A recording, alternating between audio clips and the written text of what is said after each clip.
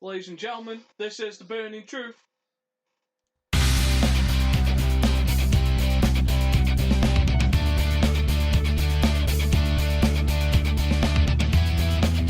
This is still The Burning Truth with my colleague.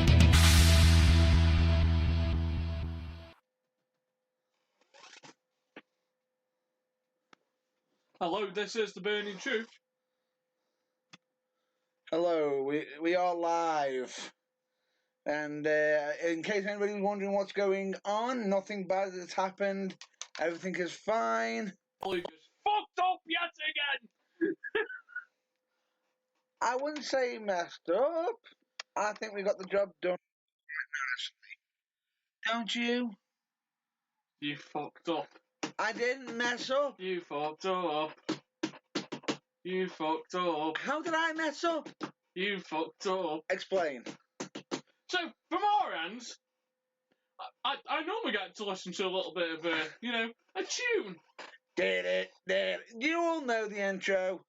And for some reason, the Yeah. insufferable oaf sitting across from me, the incomparable, the sometimes forgetful, the most times fucking useless.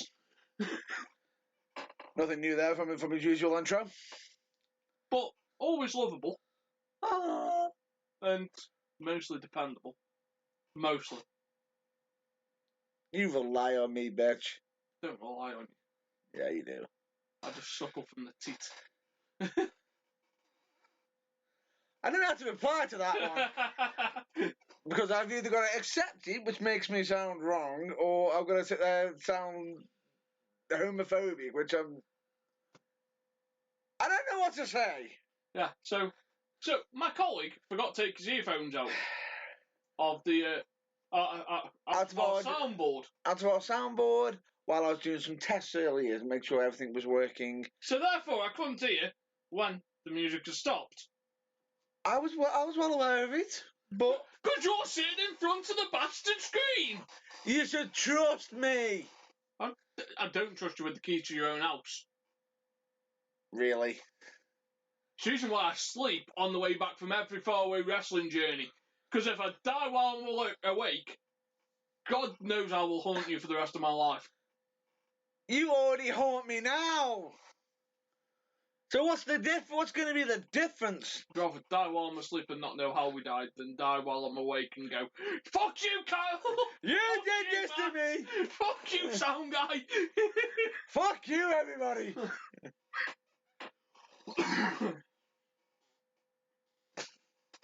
So, yes. So, moving on. So, Moving along, shall we say? I wonder if the usual workhorse who's meant to be here, meant to Workhorse? be working, but unfortunately he's got the sniffles and... this is the quietest he's ever been. It has been the quietest he has been. You know, because he's got the sniffles. Sniffles, he's got man flu. Most people work through man flu. No, he doesn't have man flu, because man flu actually lasts a week. This has been longer than a week. Oh, yeah, he's got vagina flu. Oh! That is not a poke at anyone who is a woman. That is a poke directly at our sound guy for being a pussy. And just on that note, I think I might have got a response. We have a response! Yeah, so due to the fact that The sound guy isn't here to do his job. Yeah, Nothing you was know. actually checked. he doesn't check anything, you know, He don't write. He I don't don't ever fire him. talks. at this moment, the sound guy is fired. Pardon? The sound guy is fired. All applications go to theburningtruth@outlook.com.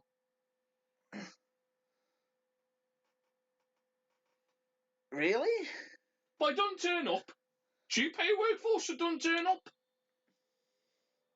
Good point. Like, in all fairness, you have pay your workforce. I do pay my workforce, and you full well know that. You know I do. Food is not a reliable payment, Mr. Burns. Food is not a payment. You accepted it. Food is a thank you. A You payment is an hourly wage for me sitting there selling my soul for the second time. Second. I'm not mistaken, third. I hope you choke and die on your cock. I mean coke. On my beverage. Plugging coke. I see the plug in the company, or we're getting sued by one. Whoopsie! Never mind. Ah, great. So, welcome to probably the best weekend for wrestling in November. We have got ICW tomorrow night. We've got Survivor Series tomorrow night. We've got NXT tonight. Tonight! What could go wrong? Goldberg's injured. Boom! How the fuck do you get injured doing a clothesline on someone who takes themselves over the top rope? It might not have been just a clothesline, because he did Beal somebody as well. Johnny Blaze, the thunder cunt that is Johnny Blaze, who nearly hung himself on the second and third rope, did not injure himself doing a clothesline. Oh, in all fairness, he never got a bit of offense in, but the thunder flabbering cunt that is Johnny Blaze does not injure himself wrestling.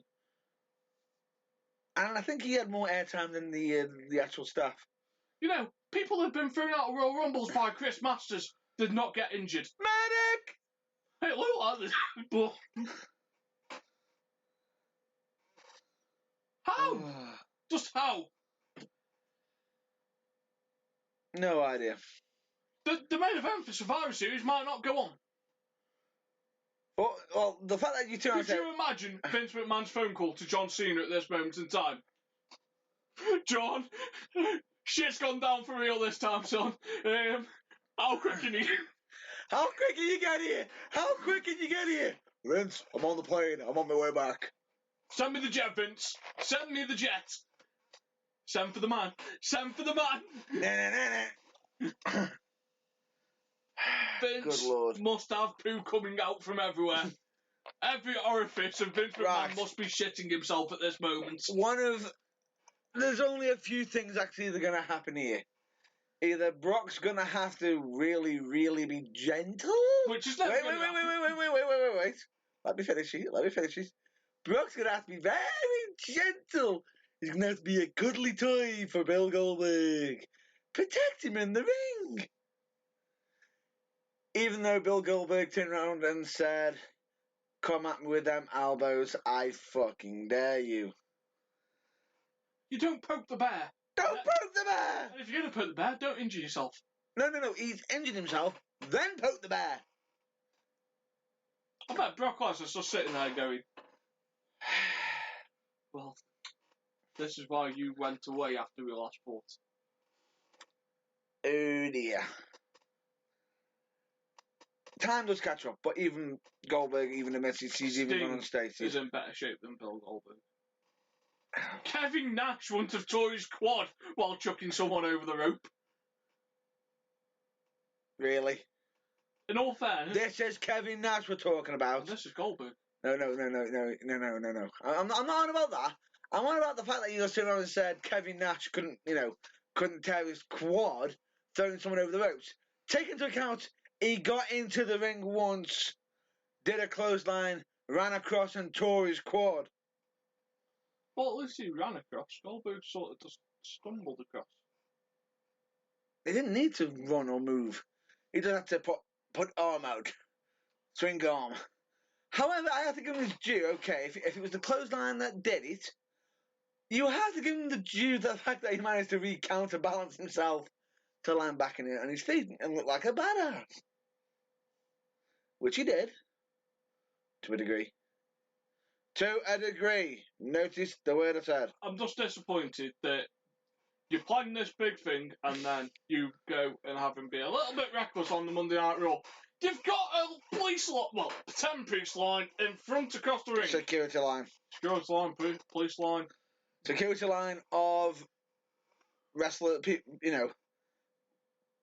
trainees. NXT actors. Trainees who want to be the next big star, staring at Goldberg and Brock Lesnar. And they were saying, the guys were cannon fodder for Brock and Goldberg. No, they weren't. Because 3 of them were untouched, and Brock only pushed 2 of them. They probably got told, Brock's only going to push you. Go down immediately. Get the hell out. Do not do a Strowman like what happened in the past. Yeah. When he pushes you, you go down. You do not, and I repeat, Do not. you can imagine Paul Heyman there going, right then, guys, you've got one job, just one fucking job. When he pushes you, you dodge and dive. You duck, dive, and roll. Dodge and dive. If you stand up, he will kill you. Not might. Not he might laugh at you. He will fucking tear you limb from limb. If you like drinking from a little sippy cup, you stay standing. If you like to go home tonight, fall fucking down. If you want to be breathing in one piece. If Brock slams you, you stay down. And you can imagine Braun Strowman's brief with Vince at the back. Braun, you harm my son, and I will fire you. Right, bets. Sunday. What? Shane McMahon takes Braun Strowman out through a table.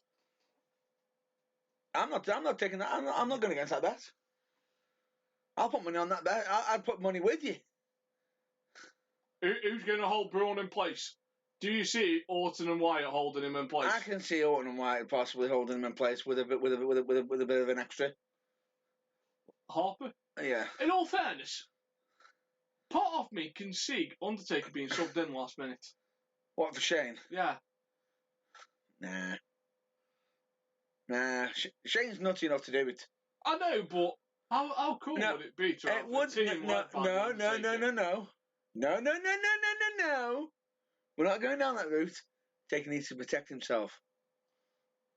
Oh yeah, but I don't want him in the same ring as Braun Strowman. That's like carnage. In all fairness, the one thing worse than hurting Shane McMahon is hurting the Undertaker. Could you imagine the wrestlers caught on that? Rod, you have been found guilty of breaking the most respected man in the locker room. Your punishment is expulsion to OVW. No, I don't think it'll be expulsion. I think it'll be a certain picture that a certain Wrestle Talk keeps bringing up. I can't even say it. Go on. Wonder Braun. Wonder Braun. Have you not seen it? No. They've got a picture of him from a few years back on his it's either Instagram or Snapchat or something. Braun Strowman on a Halloween night out, dressed up as Wonder Woman. I can't unsee that shit. I cannot unsee that. You don't. And what makes it worse is Wrestle Talk bringing it up every week. And then the week after, he managed to find one of Bray. And what was Bray? Twerking. Bray was twerking. With Stephanie and Renee Young. Triple H can't be far behind. It's probably the picture ready like that. Here's the shovel!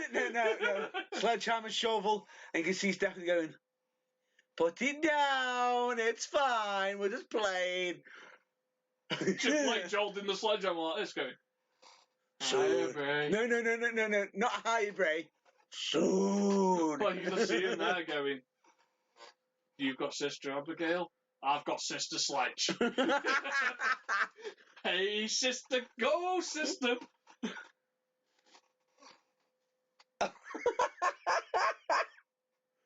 I can't even think of anything to say to add to that. That's just no, I'm done. I'm done.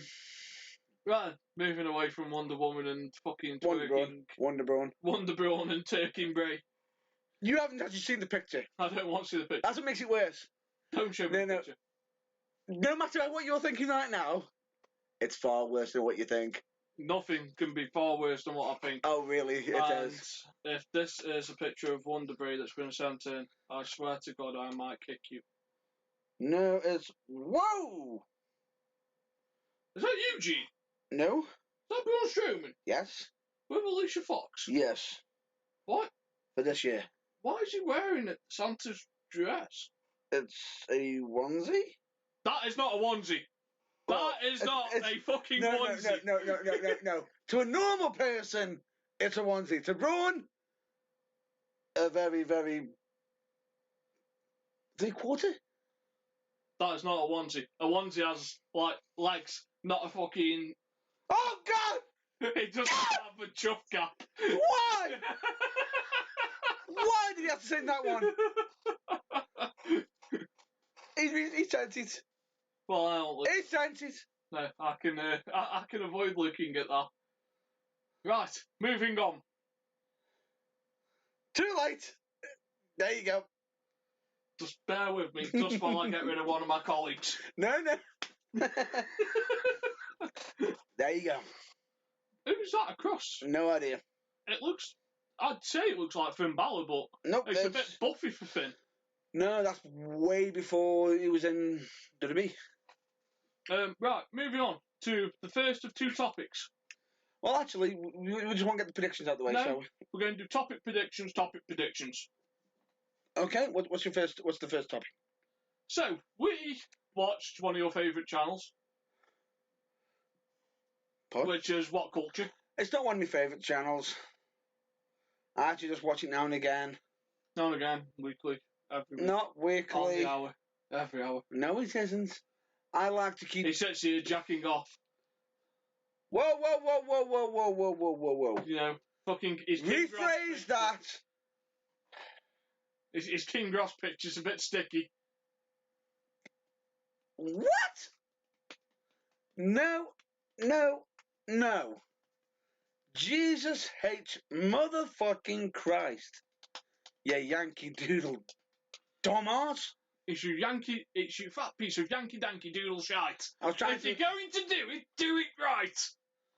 You had one job, blah, blah, blah. Right, so, from this, we saw, supposedly, the 10 It wasn't 10, it was supposed like 15 or something. of misused talents in TNA. Oh, God.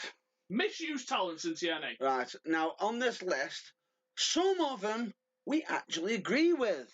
Yes, but the majority, No! it seems like someone at What Culture went for a tea break when brains were being given out. On the tea break. I think they went out for a tea break When once. Mick Foley, Kevin Nash, Booker T, and half the other legends Jeff Hardy. and Jeff Hardy get called underused talents. Underutilized talent. Underutilised. Right. When they're there, they're meant to be putting people over. What did they do? Put people over. There's no point having Kevin Nash win a world title. Taz is a commentator. How can you underuse a fucking commentator? Basically what they're saying is, they're saying he should have been a manager. Unless your name's Renee Young, then yes, you are. Then yes, she's underused. But that's probably the only example I can think of. Overused, Michael Cole. And the WWE Network. And the WWE app. And everything else. But underused. If he's out there, he's being used. It's not in the way, I don't think they meant in the way of not being used. I think they mean underutilized as in as such, not being used in the correct way to maximise efforts. If you have him as a manager, eventually he's going to have to take a fall. Yes. And he isn't fit enough to take a fall anymore. No, he isn't. Which is why during the time when he was managing Samoa Joe, they had him move away from managing to the announce desk, which, to be honest with you, was quite a clever move because, yes, as much as I don't know, not everyone likes Taz's commentary table mannerisms, right? But by golly, who did they have before? Do you know who they had before? They had Tony. No, they didn't have. Did they have Tony Schiavone? Nope. No, so they had Mike Tenay and Don West. Don West, Mr. In all fairness, Don West, when he was in TNA, him and Mike Tenay were the voices of TNA. Yes, they were. TNA's good years, some of TNA's best matches were called by Mike West and Don West. mating the two. It's a bit like Gogeta. In case anybody wants to know what he means by that, please look up Dragon Ball Z for that reference if you want to understand it. So, Mike's name, Don West. Right? In all fairness, he did try to be a little bit like Don King. And was a bit overzealous.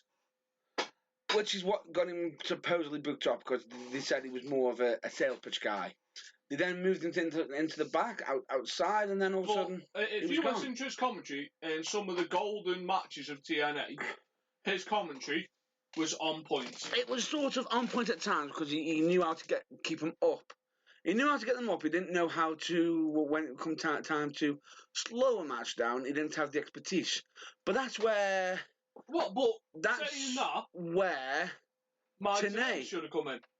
Comes into play. But you can say that about Mauro Ranallo. You could, yeah. He's a 100-mile-an-hour commentator. Which he's his commentator is enthusiastic, and it is 100 mile an hour. And it's good. And in all fairness, I've never seen anyone come up with a different name for every type of dive in Japanese and whatever. He's doing Japanese, Mexicanese, whatever he wants. And Cantonese. If you watch that Cruiserweight Classic, you'll hear instead of a top rope flip, it's a... I don't even... Yes, I am a wrestler. Something, he calls it. No, it's actually the Mexican name. He was calling it by its proper Mexican name. Yeah. But the problem is he did mix up one or two of them, which Brian did correct him on. But the fact that he went out and studied it enough to know the actual proper Mexican names and everything, I applaud him. But if you're there, would you be calling them by the Mexican names or the English names? Both. Would you cater to your most domestic audience? You would cater to your domestic order first, then it depends on the wrestler as well. So, moving back to the main point. So, some of the talents that they put on this list, we thought... Some of them, no. Well, most of them we thought. No. So, that prompted us to come up with a top 10 of our own. Yes. Of people we think have been underutilised by TNA. This isn't each, by the way. This is joint. So, we had a little chat, and by a little chat, I mean it took us about 90 minutes. Oh, it was a good chat. The first name we came up with was Abyss. Yes. Now, everybody's going to be turning around saying, oh, but he's become world champion. He's done this, he's done that. How many hoops did Abyss have to jump to get to it? In terms of stuff, if you think of what Abyss was when James Mitchell was there, Abyss was a legitimate beast monster that scared the daylights out of people. He literally turned up, slammed people into the canvas, and took names. He was practically TNA's answer to The Undertaker, which is what made... But the stupid thing about it was, it didn't need to be supernatural. No, but that's what made WWE want to go in for him. Yeah. Because they saw him as the next big guy. By what I mean as big guy, I don't mean Ryback. I mean the next 6'7", 6'8" person who was agile but could actually put a match on as well. Yeah. And his psychology for our core matches is brilliant. And then afterwards, they just started ruining him with things like Stevie Richards trying to turn him into a puppet, and the Chris Parks debacle, and they ruined the character. Chris Parks isn't really Chris Parks. He could have been TNA's Undertaker. Could have been. And instead, it's TNA's Great Khali. I wouldn't say Khali. I won't go that far yet. He is. Notice the word I said. Yet. He's a joke. It is. However, the next TNA World Champion, that's a joke. However, he's basically not jobbing over. He isn't jobbing over now.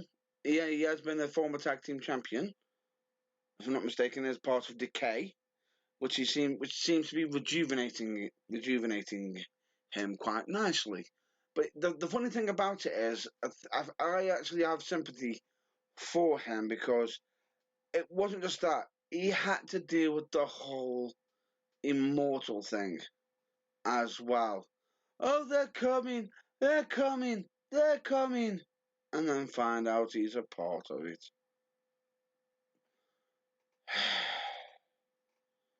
Real, it just didn't go down well. It wasn't done right, it wasn't done smart. Here's the thing, when they've got somebody who is okay, they lessen Kane eventually. They lessen Mick Foley or Mankind or however you want to call him. They lessened him a little bit.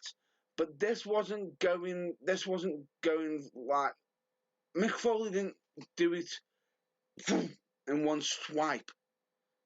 It was literally he slowly went to that area to comedy. Kane's like an upper mid carder now. Like they haven't fully relegated him to jobber to the up and coming stars like Dolph Ziggler. Jobber to the stars, you mean? Yeah, I get what you're saying. But here's the thing with it, and this is what strikes me with it. Abyss went from being an absolute dominating beast of a human being, where he was doing monsters ball matches, being scary as hell, to I'm on a sofa talking about my problems with Daphne.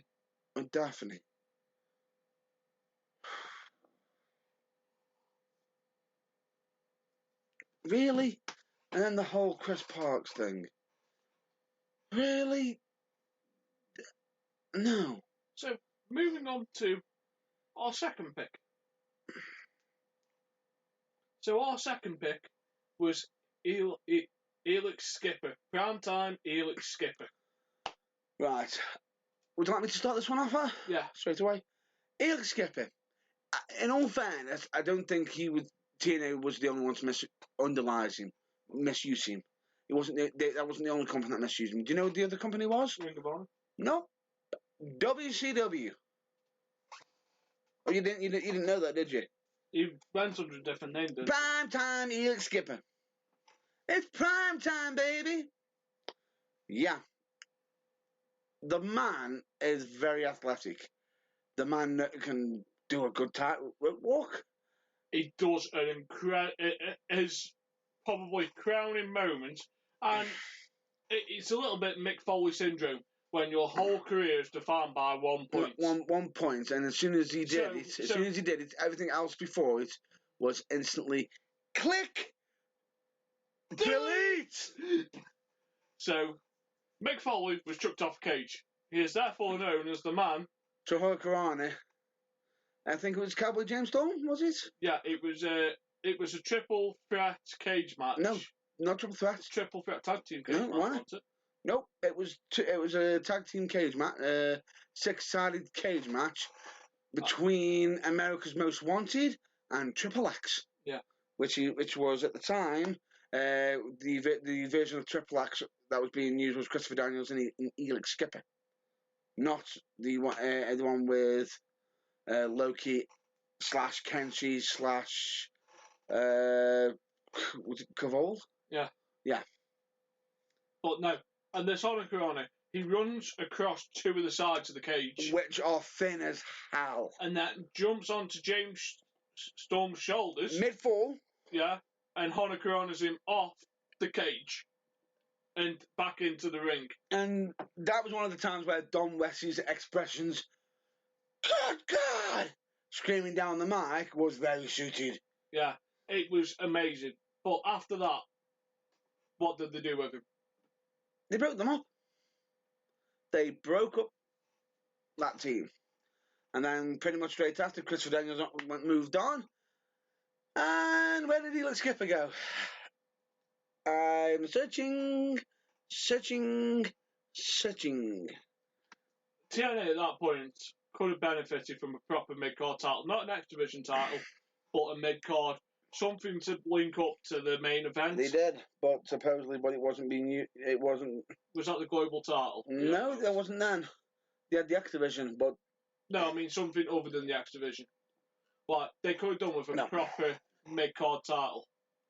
And then, which is seen as, like, your next step to the world title, because Elix Skipper would have benefited from being able to go from that moment Yeah. and move on to a Yeah. singles career instead of going against cruiserweights like the Curry Man and Shark Boy.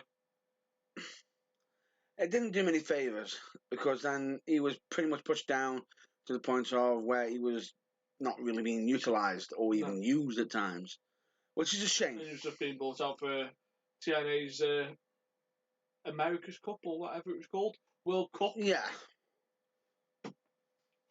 The X Cup. Yeah. Pointless. It was pointless. Yeah. So number 7. Number 8. Well, number 8. But these aren't in a particular order. Actually, this isn't in any particular order. We haven't rated them because these are just names. We just thought of pointing this out, just make it aware. And I'll announce the next one, and this one's a biggie. Matt Morgan. No, this is one we agreed on. Oh, no. This one is one that we agreed on with What Culture. Yeah. This is... The man is... How tall is he? How tall is he? Would you say 6'10" plus? Oh, yeah. Over 7 foot? He was on American Gladiators as well, wasn't he? Yeah. He was a behemoth of a man. They had him the nickname, the Blueprint of TNA. He is the man and everything. What did they make him actually into in the end? The Blueprint of Failure. How did he fail with this guy? They never gave him the heavyweight title. Never. Not when it was crit for him. Ron Killings had 2 runs with the title. Jeff Jarrett had about 8 million runs with the title. But that was his company, and he can say whatever he wants. Ron Truth had the title. Raven has had the title. And I won't argue with Raven having the world title. No. The man fucking deserves it. Man's got a very, very intelligent thinking brain. Yeah. Who else? Who's had that title around that time? AJ Styles deserved, possibly maybe a little bit too early, but you're coming in. Kurt Angle came in 2005, got pushed in there. Christian Cage. Hardy, Christian Cage. No, Jeff Hardy wasn't winning it then. He only started winning it more or less at the Immortal. Yeah. Okay. But there's just Sting. Does Sting need a world title run at that point? He didn't, but to be honest with you, during some of the times when he was winning it, was to pretty much snap the title off Jeff Jarrett for then eventually put on somebody else. Did Mick Foley need the title? No. At that point when no, he didn't. Morgan could have been built back up. Nope, but like he was athletic. You know, a man at 6'10" that could do what Matt Morgan did. Unbelievable. Unbelievable. Athletic, would take a bump. Could take a bump really well. Make everybody look... Knew how to make people strong. He could maneuver and do certain maneuvers that nobody else could. Elevator. What a finisher. Thump. Yeah. Is he getting back up? Not until next week. When we probably have to scrape him off the bloody canvas. But no, there was so much room there, and he got wasted in like tag team show with a piss. It wasn't just that. It was. If you remember the time when he was on the cusp of winning it, people were begging out for him to win it. They were just about to set up. They're about to set up, and he got screw jobbed, rolled up, and while his feet were was it against the ropes, and he got counted, and he actually let that count. No arguments, nothing or anything.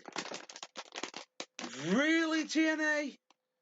Just a missed opportunity. Oh, another point. In all fairness, TNA has had loads of big guys that they've failed with. Yeah. By the way, I just remembered a point about Abyss. Another reason why he was on the list. Do you know how he won the title? Is this for no, it won't be with Janice. No. Are you ready for this? Do you know how he won the title? Did he win top Christian Cage? Are you ready for this? Do you know how he won the title? No. Through a stupid rule. Do you remember the official rule of disqualification? Title never changed hands. Yeah. TNA at one point actually had it the other way around. You get disqualified, you lose the title. You can lose the title, and title change hands. And they went through that. So in actual fact, did he actually beat anybody? Oh dear. Anyway, back to Matt Morgan.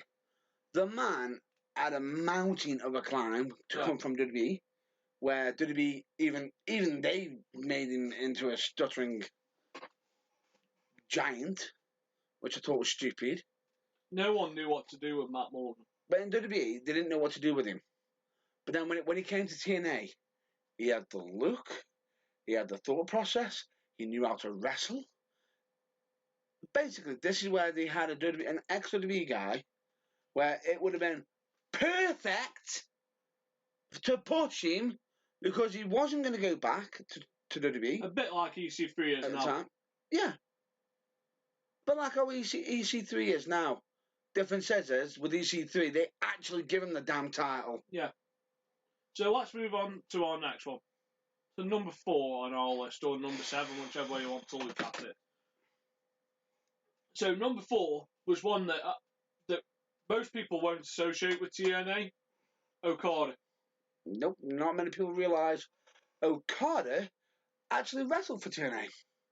The New Japan Pro Wrestling give TNA access to Okada for a year. For a year. A top talent. So he could get used to the culture. What did they do with him? Just made him a blithering mess in a fucking faction with James Storm. Yeah. They basically made Okada, who has gone on to be the greatest Japanese Intercontinental Champion for probably the last 5 years. yeah, one of the top stars on the New Japan scene, into somebody who just goes, oh, I'm just going to go down the stereotypical side, beat some of my own New Japan guys, and then get pranced around and misled by somebody else. They had no direction for him. They just treated him like a typical foreigner coming into the company. And I hate to use the word foreigner, but that's what they treated him like. Oh, he's from a different culture. Let's make him different. No, they didn't need to do that. The difference is with this wrestler. Okay, you may not speak the language. Get a translator. Well, no. Right? If he's there for a year, fucking teach him the language. Either teach him the language, get a translator, or better yet, if you can't do neither of them, let his ring action do the goddamn work. Think of Shinsuke Nakamura. Yeah. Hardly talks. Doesn't need to. Or Asuka. Apart from the words you talk too much. She literally had somebody coming in, and at one point her English isn't amazing, but the fact is she's deliberately going around trying. Yeah. Trying, and literally I'll never forget that. You talk too much. That sounds familiar.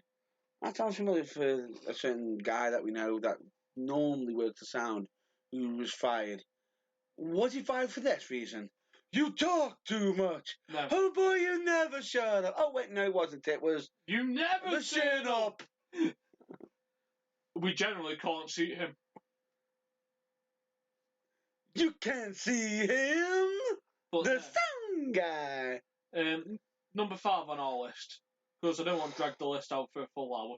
No. So number 5 on our list.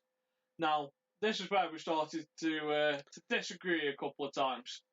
So I'll let Matt have his choice if I could have mine. Now mine was Michael Shane. I agree with you. So for those of you that don't know, he's actually on my list. Michael Shane is the cousin of WWE Hall of Famer Shawn Michaels, which TNA never shut up about. When you mention that you are the relative of quite possibly the greatest entertainer, the showstopper, Mr. the person that Ric Flair regards as the greatest wrestler to ever lace up a pair of boots. Ric Flair regards Shawn Michaels Ric Flair as the greatest person to ever lays up a pair of boots, and you get his cousin, who isn't bad, but you make him use his uncle's finisher. You pair him with Tracy Brooks, who is no sensational Sherry. You give him the franchise Shane Douglas, who is no Sid Vicious. But does know how to put on. Yes, but my point is, No.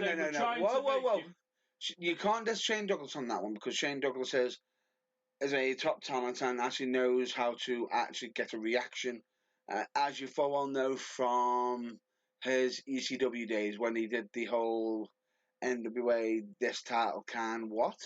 Go fuck yourself. Pretty much. But is Shane Douglas a Diesel or a Sid Vicious? He's not like compared to WWE guys, no, but Okay, so my point is, you're trying to give Michael Shane this big Shawn Michaels push, and instead, Michael Shane, doesn't that sound familiar? They couldn't even Michael Shane. I think he actually went to try to call himself Michael Shawn, if I'm not mistaken. But due to copyright, or Shane Michaels. Oh, good lord! It just doesn't right. It just move on. Let's just move on, shall we? Another person we'd have to agree. Well, I don't think you agreed with me on this one. Alex Shelley is somebody who I put on the list. Do you agree? Mm. Do you know the reason why I put him on this list is because a lot of people turn around and state, but what about Chris Sabin? Hail Sabin! Hail Sabin! You could say that. Just to go back to Michael Shane, do you know what they changed his name to? What? Maverick Matt Bentley. Yeah. That's all I need to say. And have you actually heard his theme music? Did you hear his theme music? Bunny! Bunny! Oh, good lord. Good lord. It was just ridiculous. And it was ridiculous. Yeah. Anyway, back on to where I was. Alex Shelley. The reason why I put him on the list myself because yes, Sabin, someone with Motor City Machine Gun or Murder City Machine Gun tag team partner, they could say, oh, he was underutilized. However, at least with Sabin, he can turn around and say he's been a multiple X Division champion and a TNA World Heavyweight Champion and tag team champion with Alex Shelley. Now, Alex Shelley sort of as a tag team competitor, fantastic. He did really well. As a singles competitor, they had to do this whole thingy, cam thing and everything. It looked more of a joke thing, where he just come down with the camera. The only time the camera gimmick actually worked was when he was dealing with Kevin Nash. But most of the time then, was he actually being utilised? No. No. Where was he? Was he even in the upper card?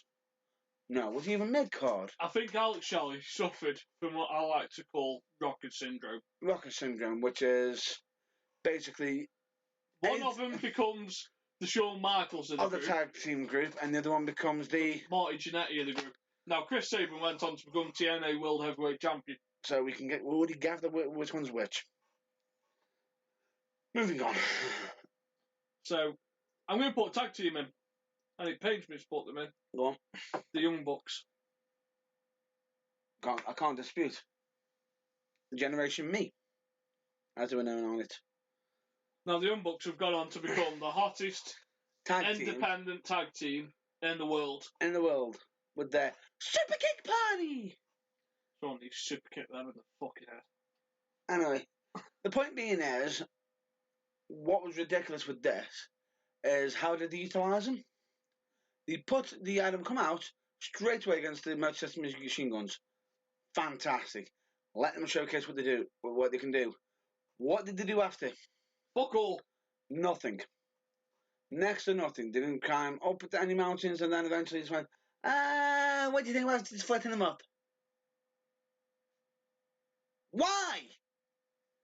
Didn't you also have him come in with CM Punk at one point?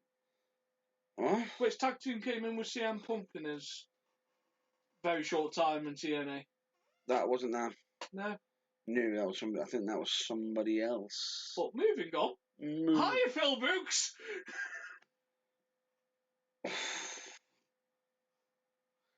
CM Punk. TNA had CM Punk. I fucked it up. And are you ready for this? Do you know that little group he had? Yeah. Do you know who one of them was? Go on. I'm not going to say what her name was back then. I'm going to say her name, that what she goes underneath now. But she was more skinnier. She didn't have as much assets. And she now has, she's a little bit more hardcore country. Mickie James? Yeah. Would you believe it? Yeah. Trust me. When I actually went back into the history and I actually saw it, I was like, eh? But TNA managed to screw up quite potentially one of the talents that they could have produced into a gem. I think this was after his Ring of Honor run. Yep, straight after. So this was after. No, it wasn't actually after his Ring of Honor run, I don't think.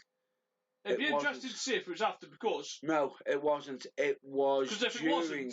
It was during his ROH run. So it was in the middle of Summer of Punk? The reason why he ended up leaving TNA was because of certain actions and certain controversy that had happened due to certain legal scandals, which that's going to be a bit of a topic for another time. And it's quite a bit of a touchy one. But TNA had potentially the hottest main event talent in... Future main event talents, and what did they do with him? Nothing. Basically, they gave him Steve Austin syndrome. We don't want to give you a microphone. Yeah, WCW's problem before Paul Heyman got hold of Steve Austin. Good God. And ironically, where did Punk end up? Going to ROH, having the best time of his life, doing the Summer of Punk, signing a contract, a WWE contract, on the ROH title, and going to WWE. What brand? Just like Steve Austin. ECW. Boom. Paul Heyman guy, right there. Right there. But anyway, oh, really? You have to remind me of that one. Can I take the next two? Yeah. One has to be... Oh no, I'm not taking the next two, I'll just take one. DDP. I know what you're thinking. Why DDP? Top tier talent. What year did he join?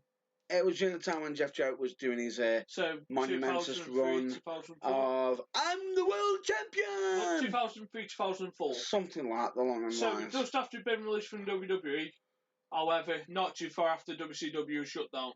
Yeah. So still a big star. Yeah. Some credibility to still there.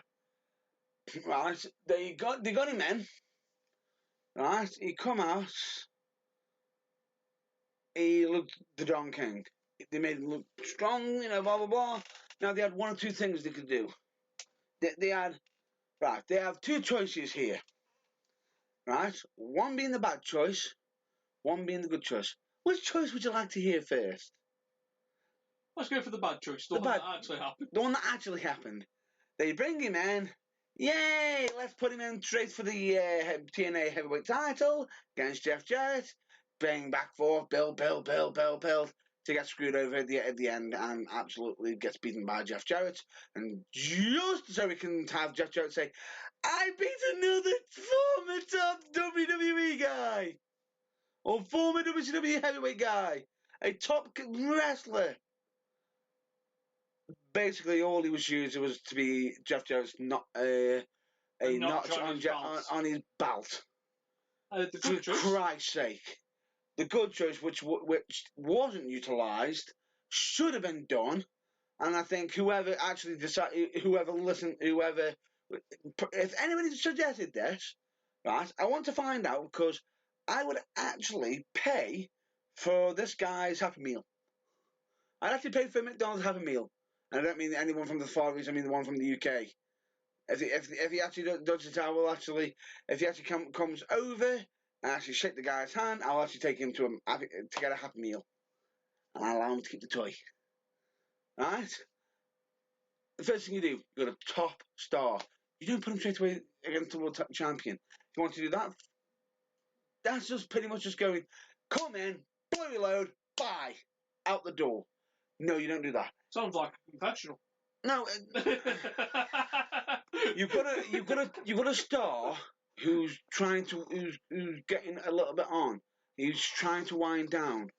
What better way, right, than to use the star to put over the next generation, the next youth, to help them with the experience, to help them to become the next star, not just to give somebody who's already over, who's got the title, a bigger complex ego. Sorry, but this is just my point personally. All they did with him was come in, face Jarrett. Jarrett blows his load by hitting with a guitar. 1, 2, 3. Bye bye. So, in our final one, I'll make this the final one before we go on to talk about NXT Toronto. What? And this one actually pains me. What? And I don't often say this that much, that something has pained me to this point. That's painful. It is really painful. Supermax. Hernandez. Really, folks? Top talent, and they made him into the Mexican Superman. Built like a brick house. They've got him ready, poised. Again. The gimmick, the big build. Again, a position that Matt Morgan was in. Didn't Supermax have their heavyweight title though at one point? I'm not too sure if he did or not. But I'll explain why. So they had him in a big build, go on the biggest push of his career in TNA, and then they decided to put him against Sting in a singles match, which is one that neither guy could afford to lose. So they had it to finish with a disqualification finish, and the rest started downhill.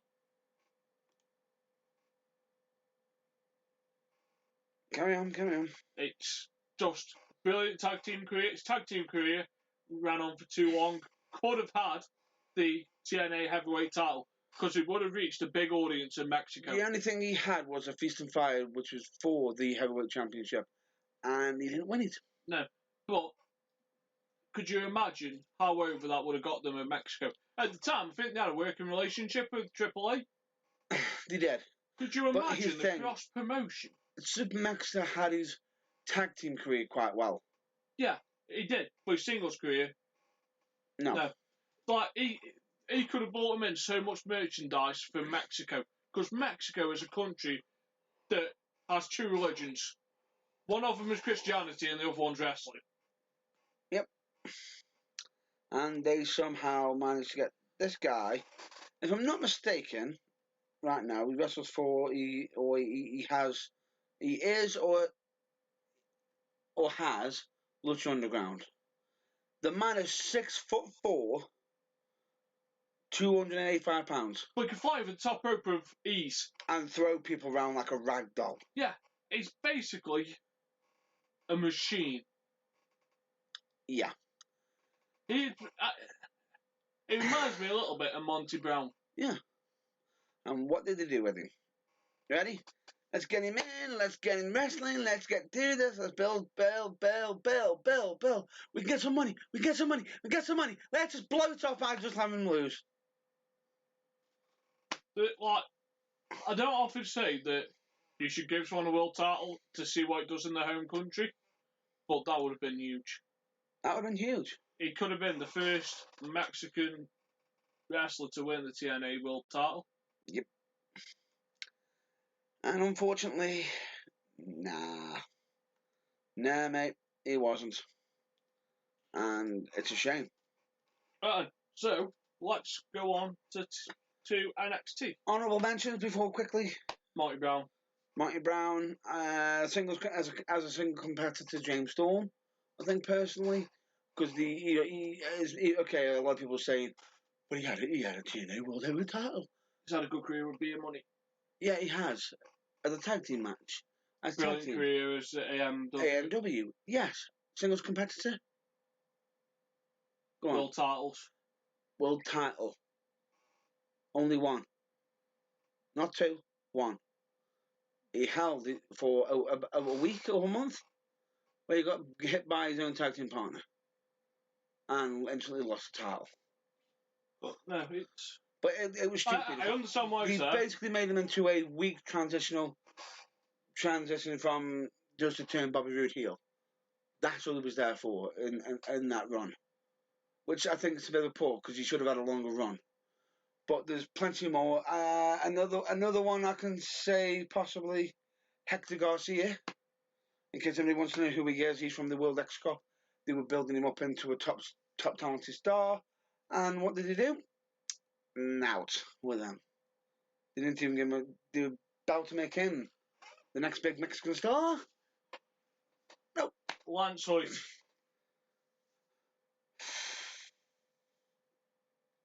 Don't need to say any more on that.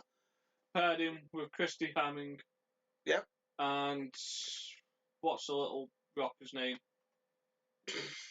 But they made him into a rock and punk group. Yeah. Not the point. Jimmy. What his surname is? Havoc? Jimmy's.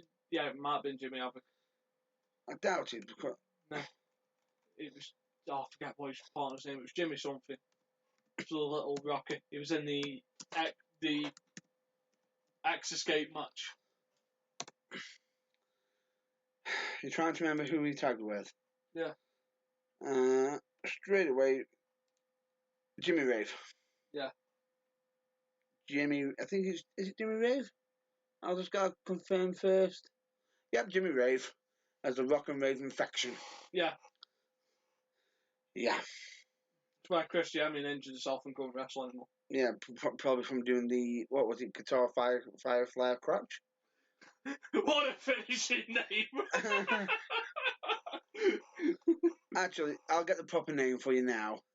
The actual wrestling maneuver was the FFG, Flying Fire Crotch Guillotine, which is a split-legged diving leg drop.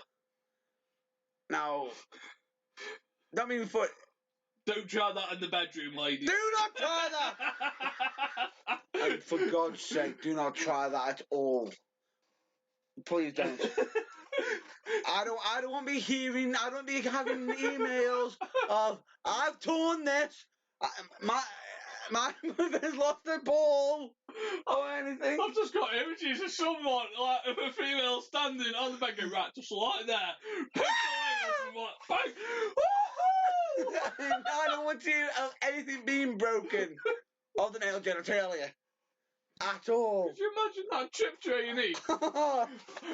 When they walk in, when they walk and get stretched in with the splits. But what happened here? I tried the FFG. Yeah. What does FFG stand for?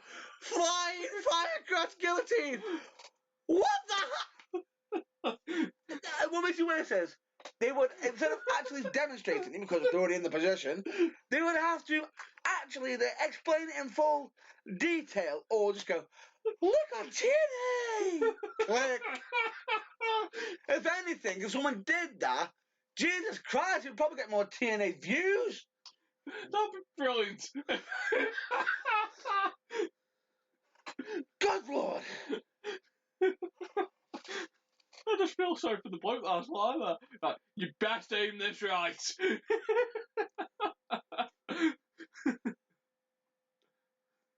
No. If I ever hear, if I'm with anybody, oh good Lord, if I'm ever with a bird and I hear her say, I'm gonna try the FFC. Bet you ain't. Try it on the bedpost first. Oh, good lord. No, you ain't. Why not? Because A, I'm not being broken, and B, you're not being broken, and C, I don't fancy spending time in the A&E trying to explain this one. Right, so let's go on to NXT. Right. Toronto. Now we've discovered the flying Flying fire cross guillotine. fire cross guillotine.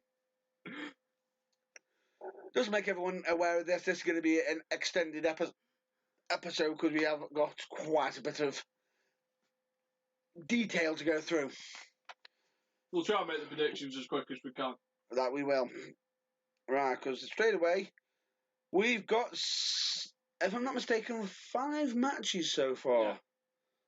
Right, we've got the Revival, which is Dash Wilder and Scott Dawson, the current champions, versus hashtag DIY, Johnny Gargano and Tommaso Ciampa. It's DIY, I think, tonight. 2 out of 3 falls match for the NXT Tag Team Championship. I'm going to call, same as you, hashtag DIY. I'd like to see Revival get a call up after this. I would, because, To SmackDown. you know, because they go hard. To SmackDown. That'd be amazing. Definitely. We've got because they're too similar to the club. Yes. So I couldn't be doing with both of them on Raw, but on SmackDown, the land of opportunity. It would be perfect for them. And next match, I'm going to be butchering this one at an early point right now. TM61. This is for the Dusty Rhodes Tag Team Classic Tournament Final, with Paul Ellering suspended above the ring inside of a cage, which is the Authors of Pain against TM61. TM61. I was going to mention the names of the teams, but I'm not even going to bother because I don't want to be butchering names. I do apologise for that. Authors of Pain. What? Authors of Pain. Authors of Pain.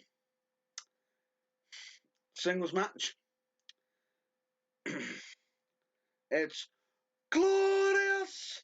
I won't give in. I won't give in. Bobby Roode. I can't wait to see the entrance. I cannot wait for the entrance. Versus 10, the perfect 10, Ty Dillinger. Bobby Roode. It's Roode or Wyatt. Bobby Roode, if he does not win in his own town, I'm done with NXT. Ty Dillinger is not winning. It's Bobby Roode because he's glorious.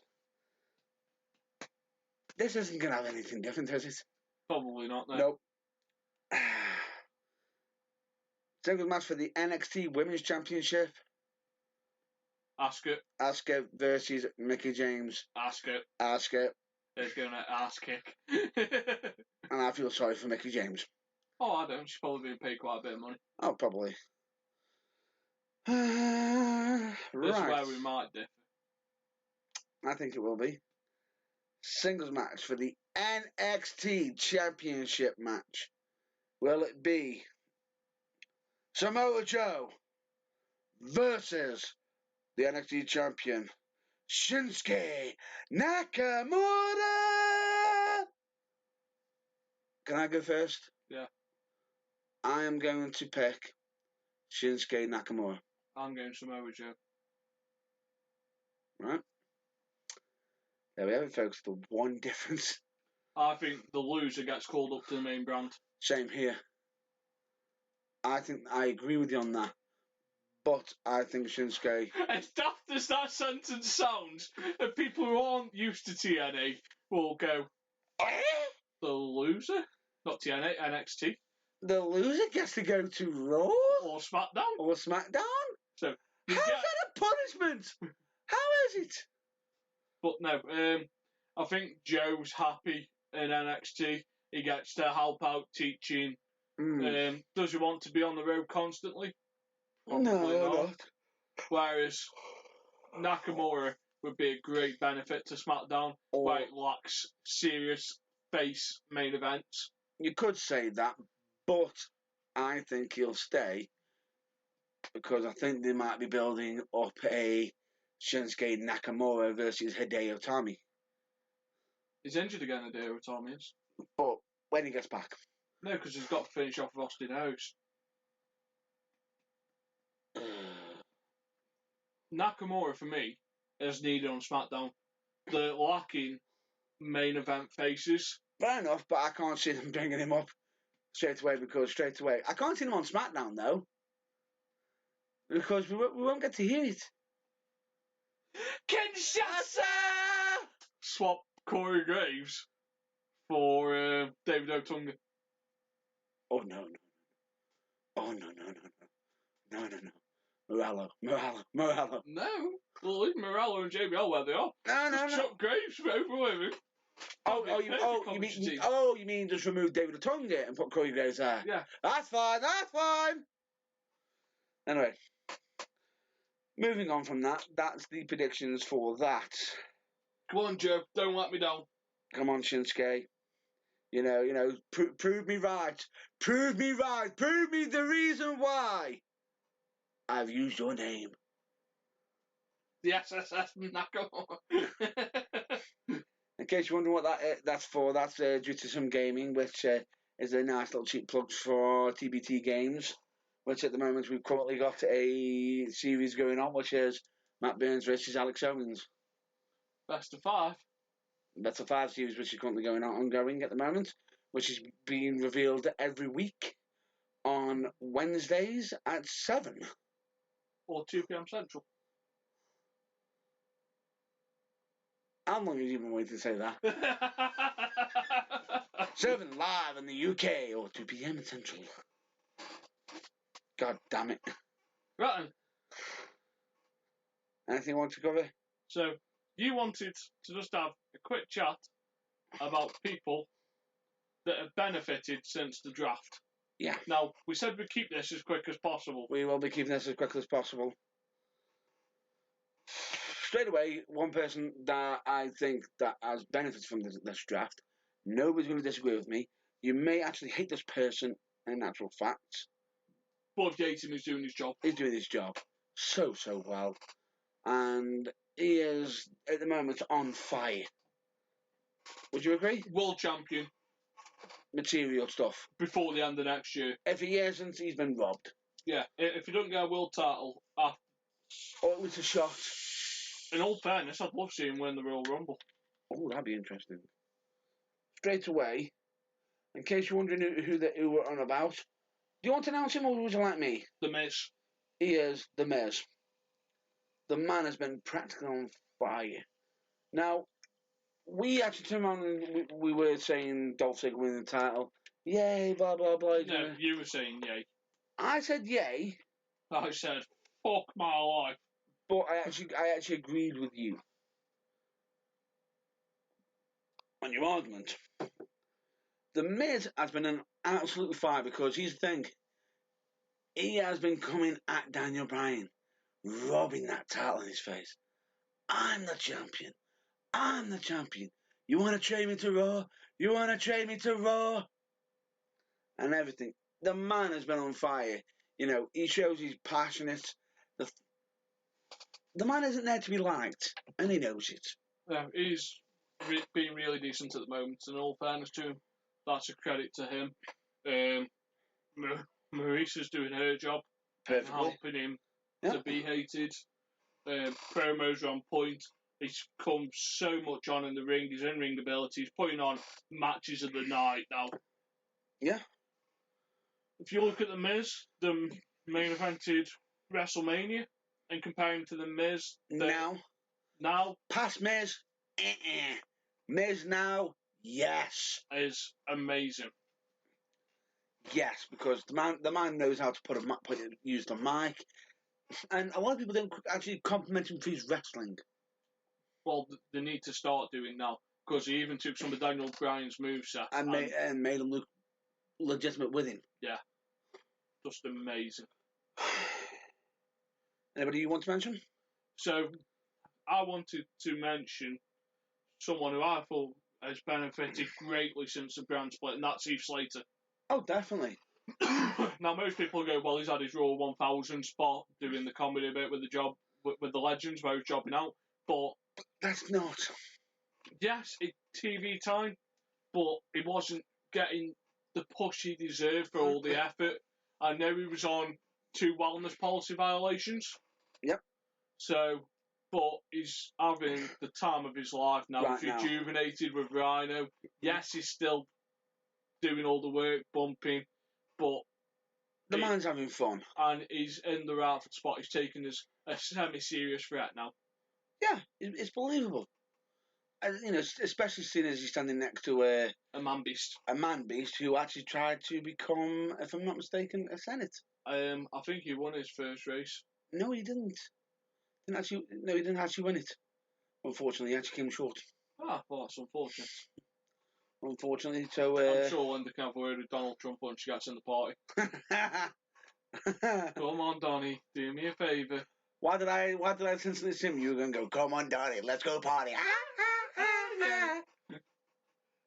Really? Well, that's in your own mind. But no, Heath Slater, ripping off. Another person who I'd like to put on this, and I know what someone's going to say, but he was doing really well before with Cena and everything. Kevin Owens. You can't deny it. If it wasn't for the brand split, he wouldn't have a main title, even though the Universal title's just a paper title and doesn't mean fuck all. That's what Brian says. It's true though. What heritage has that title got? None. It's got as much heritage as one of my shits. Oh, steaming. And yeah, I can agree with you. They might as well just split the 2 titles and bought back the big gold belt. Yep, they could have, but they haven't. Made Raw's first brand split brilliant. Look at the talent that held that in the Raw brand split. Shawn Michaels, Triple H, Goldberg.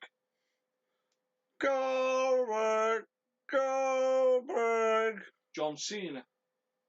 You can see me. Chris Jericho. Yes. Rock. Booker T. Undertaker. Has he? Yes, Edge. Need we keep going? Oh. Somebody gonna get the ass kicked. Mark Henry. Kane. Rey Mysterio. It's like a who's who. Damn, that's got some... of people who have held that title. Again, but that's on the WWE side. Then never mind back, Ric WCW, Flair, Ric Flair, Kevin Sting, Nash, Scott Hall, Kevin Nash, the the Giants, Hogan, I think Lex Luger maybe. I don't think Lex Luger ever Papa had a Pump. title. Scott Steiner. Yeah. But no, it's like a who's who's heritage. Sid Vicious. It's quite. They should have bought that title back. They could have, but I think they've already brushed the name off and dealt with it and wanted to move on. You know, we've drained WCW enough. Daniel Bryan had that title. CM Punk. Yeah. Yes.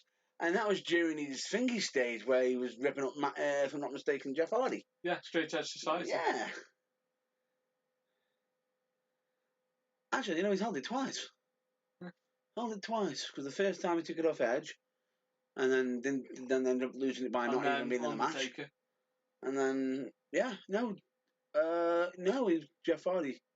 Defended against Undertaker, didn't he? Defended against the Undertaker. Yep. Right. So, but no. Kevin Owens, I'll agree with. He's been put in the spotlight. Highlighted. In all fairness, a person that would have benefited if it wasn't for Seth Rollins injuring him would have been Finn Balor. Definitely. He would have benefited from Would have benefited it massively. And I can actually even go on to say if I'm not mistaken, from this brand split, a certain Irish lass has also been getting the push. I think she would have gotten the push. I think she would have got the push, but way too late. See, Bayley is now suffering from what I wanted to call Becky Lynch syndrome. Yeah. Of, you are the third wheel in a two-person relationship. It's the boss and Miss. Woo! This is not table for three, Bayley. This is a table for two. Table for two. You're getting pushed aside. Get off. Get onto the kids' table. She would have been better on SmackDown. She would have benefited it more. But yeah, Becky Lynch has benefited in being able to have the title. She would have had the Wars. She would have had the Red Brand's title eventually, but not as quickly. No. In all fairness, she benefited in the way the rest of them have. Not really. She just got the title quicker than she could have. Yeah. Carl Mallet and Alexa Bliss have benefited from Benefited massively because they've had a call up. And Carl Mallet's in the middle of a big push. Oh, yeah. But then again, Alexa Bliss is ever changing herself. I know, but I like Carl Mallet's push because she's working with someone first instead of being thrusted into the spotlight. Yeah. Yeah. She's working with Nikki, gaining the heat since she wanted to be a heel. Yep. In all fairness, I don't think she should be a heel. I think she should be like what Cass and Enzo are on Raw. Yeah, but to be honest with you, I think what she's doing is she's actually doing it quite well. Yeah, she's trying to do her own thing and all great to her. Yeah. Another person I'd like to say has benefit from this brand split. Go on. And it's really funny that I'm about to say this. James Ellsworth. The man would not have even made WWE title if it wasn't for this brand split. No chin. Yeah, all he was cannon fodder to Braun Strowman. Braun Strowman on Raw, and then all of a sudden they brought him over for SmackDown, and then he somehow made magic. The man who has more victories over AJ Styles than John Cena and Dean Ambrose. Oh! Shots fired! Shots fired! However... And I noticed how everyone on Raw would not bring that point up. Correct. Braun over here could kill all of you. And why is that? Because the man on the corner owns more wins over AJ Styles than the rest of you, and he squashed him in 2 minutes. So what do you think we could do to you? Game over. But Bray Wyatt is one I'm waiting to see if it benefits him. We'll need to see. There's potential. There is that potential, but it all depends. This I'm going to say we're going to make the last one, which we need to because we need to get a move on. American Alpha. No, I don't agree. I think they benefited it. I don't. Why not? So you didn't think they should have come up? I think they would have been better used on Raw. Okay. So on SmackDown, yeah, they're sitting in the back seat to a couple of popular face tag teams, the High Bros, and Heath and Rhino. Which is a shame, but American Alpha did come up and start dominating, and they have been dominant. But they haven't got the titles from it. Not yet. They had a small injury angle, which derailed them a little bit. So, due to that reason, I don't think they've benefited. Okay, I'll agree with your logic there. So that would have been knocked out out straight away. Maybe by SummerSlam they would have benefited from the split. Potentially. Once Rhino and Heath run its course. Okay. But anyway. But that's where I think the Revival could come in. Take the titles off Rhino and Slater, and you've got American Alpha versus a Revival feud to take into the new year. There's one more person who I've got to say has benefited from this. Go on. And he's actually in charge of one of them. Shane McMahon. No, I'm going to do you one better. I'm going to give you the best person that's benefited from this. What? Renee Young. Yes. Dom, that's it, I agree. Because she's been doing shows after shows after shows. She's doing back and forth. She's doing Talking Smack. She's doing Talking Raw. They're doing the, if I'm not mistaken, what we watched recently. She's basically WWE's answer to a sports analyst. Definitely. Like ESPN has a sports anchor. Yeah. This is WWE's anchor. Renee Young is WWE's go-to sports anchor. And she's been absolutely fantastic. Yeah. She knows what she's doing. She's been doing it really well and fantastically. And also, if I'm not mistaken, you had this date of address for the state of address of the universe, was it? Yeah.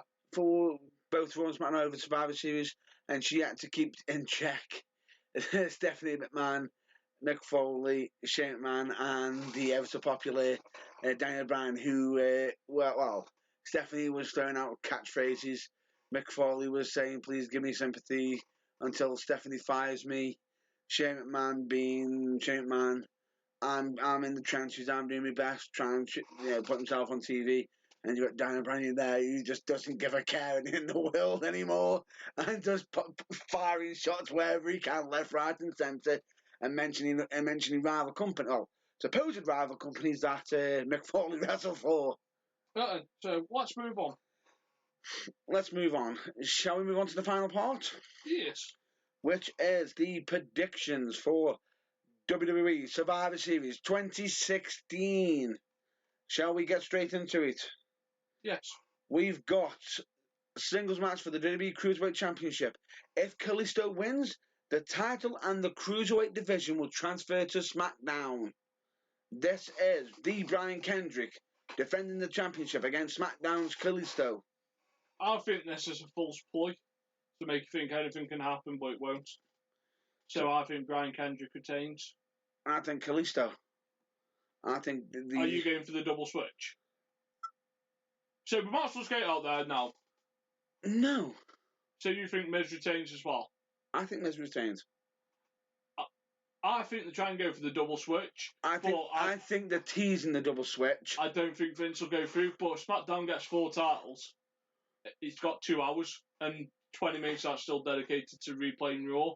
So for that reason, that's why I'm picking Brian Kendrick.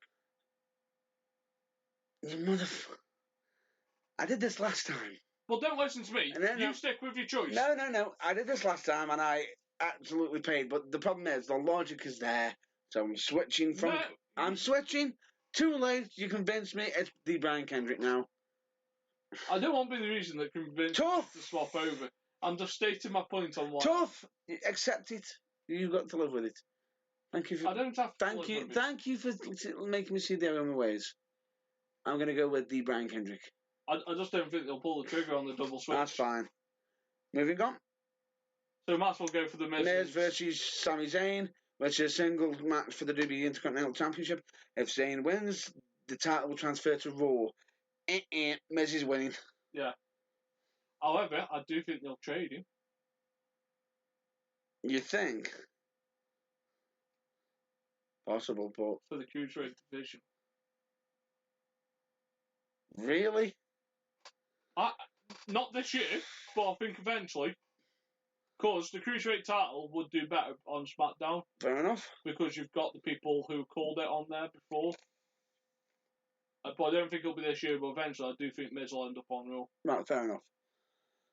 But, yeah, Miz over Zayn. Now, this is the 10-on-10 Survivor Series Tag Team Elimination Match, which is Team Raw, which is... This is going to take a while. The Club. The New Day, Sheamus, Cesaro, Luke Gallows and Carl Anderson, which is the Club, Enzo Amore, and Big Cass. Enzo More yogurt. and more. He does it. Rice, baby.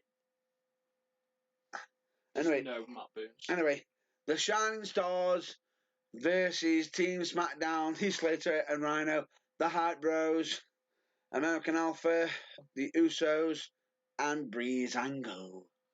Team Raw. Team SmackDown. So this one's going to have a lot of differences, folks. Definitely. 5-on-5 Survivor Series elimination match.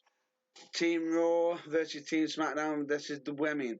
Team Raw is Charlotte Flair, Bayley, Nia Jax, Alicia Fox, and Sasha Banks. With Dana Brooke there. Against Team SmackDown, which will be Nikki Bella, Becky Lynch, Alexa Bliss, Carmella, and Naomi. With their manager, Natalya. Team SmackDown. Team SmackDown. Now, the males main event. The main event, which is the last one, which is the 5-on-5... a main event. not the main event. Well, the main event might not happen. Yeah. 5-on-5 Survivor Series elimination match, which is Team Raw, which is Kevin Owens, Chris Jericho, Roman Reigns, Braun Strowman, and Seth Rollins, versus Team SmackDown, AJ Styles, Dean Ambrose, Bray Wyatt, Randy Orton, and Shane McMahon, with James Ellsworth. I think Team SmackDown. I think Team Raw. And the supposed main event of the evening. And this will probably be a 15-minute match. If this is actually correction, if this goes 15 minutes, 15 minutes, I will actually applaud someone's stamina for it lasting that long. However, I actually do question if the blood can actually be flowing for that long. What do you think? Do you agree? Yeah. This is going to be an ass kicking. This is Goldberg versus with his manager.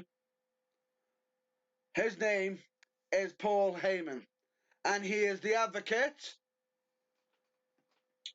To the Beast Incarnate. the Conqueror, Brock Lesnar. At that point, Matt Burns had an aneurysm. Pretty much. Brock Lesnar Brock wins this for Lesnar. me. I can't see it any other way. Lesnar's got to be taking the win on this one. Anyway, that will be the predictions, and that's everything.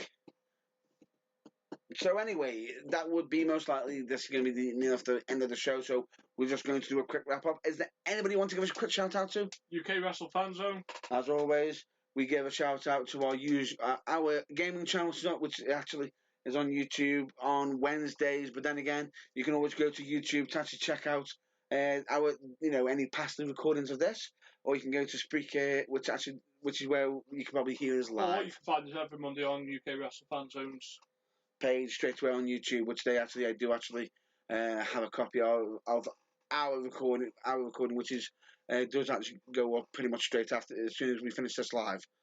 So with that, is anybody else you want to give a shout out to? No, I'm good. I'm just going to give a quick shout out to a certain Matthew. You can obviously guess who that, which Matthew I'm on about. Yeah. Matthew of Botchamania, who runs his website www.botchamania.com. And just to point out, folks, we have one more cheap plug for our own selves, which is we do actually have a section for The Burning Truth on the official webpage of Matt Burns, which is my official website, which and is our second article should be up by next weekend. quite possibly for next weekend. So if you want to go to the website www.matt, the bad boy, not the bad boy, it's the mutual, that I'm always late. I'll repeat myself. It's www.matt-burns.co.uk, and if you hit enter, it's a page where you can see all my news, but most importantly, you will actually see some news from the Burning Truth page as well, popping up in there when updates are actually being done on the actual website.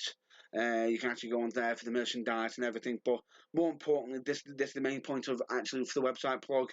We actually have all the latest new, the latest stuff for the Burning Truth, which is the latest episodes of our speaker being live and past recordings on there, and also TBT games, and that's where our articles are usually kept. Yeah. As well. But if you want to contact us on there as well, we actually have buttons for email, so you can actually contact us on there as well. So that's fine. Right. I think that's going to be for this week. Yeah. We haven't got a topic to discuss for next week yet. Yes, however, we may make an announcement on our social media pages on what that topic might be for next week. So do keep an eye out on that. So with that, I'm going to recommend you all stay well, stay safe, and we will be here next week, 9 o'clock. 9 o'clock next week, and stay well, stay safe. Always check out your local wrestling, and catch you next week at 9 o'clock. Bye, folks. Bye-bye.